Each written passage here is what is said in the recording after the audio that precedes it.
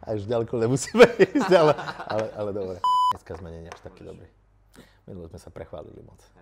Kamaráti, ja vás srdečne zdravím. Máme týždeň 42. Čo viac dodať, krásne týždenné menu pred nami, ale v prvom rade by som vás chcel srdečne pozvať na degustačnú večeru, ktorú organizujeme 31. oktobra, a teda piatok na Halloweena.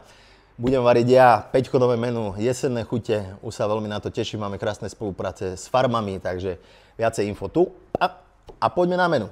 Takže už klasicky tu máme dve polivočky, slepačí juar ako každý týždeň a máme tu takýto cviklový krém, krásny, nádherný. No a ideme pekne z pravej strany. Toto bude môj adept na meníčko a myslím si, že to bude veľmi obľúbené jedlo. A máme tu klasický majonéza, kuracie stripsy vyprážané a kajún, americké zemiaky.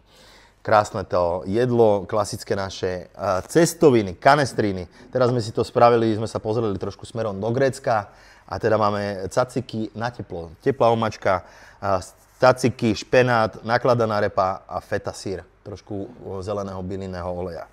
Takže ideme ďalej, trošku už začína nám jeseň, takže máme už také teplejšie jedlá, hearty, ako ja tomu hovorím, od srdca, a máme keľový prívarok, takýto krásny bylinkový crumble, voľské oko a náš papamia chlebíček, ktorý si viete aj zakúpiť. Ďalej tu máme grillovanú bravčovú panenku, zapekané zemiaky s brinzou, máme trošku jarnej cibulky na to a na spodu z výpeku je spravená krásna omačka.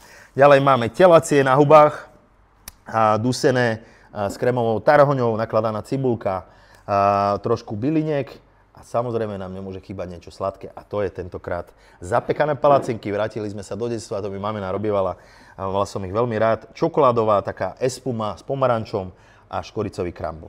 To je všetko, priatelia. My sa na vás tešíme. Príďte sa k nám zohriať, príďte sa dobre napapať. Veľmi sa na vás tešíme. A pozor, ešte raz dávam do pozornosti degustačku 31.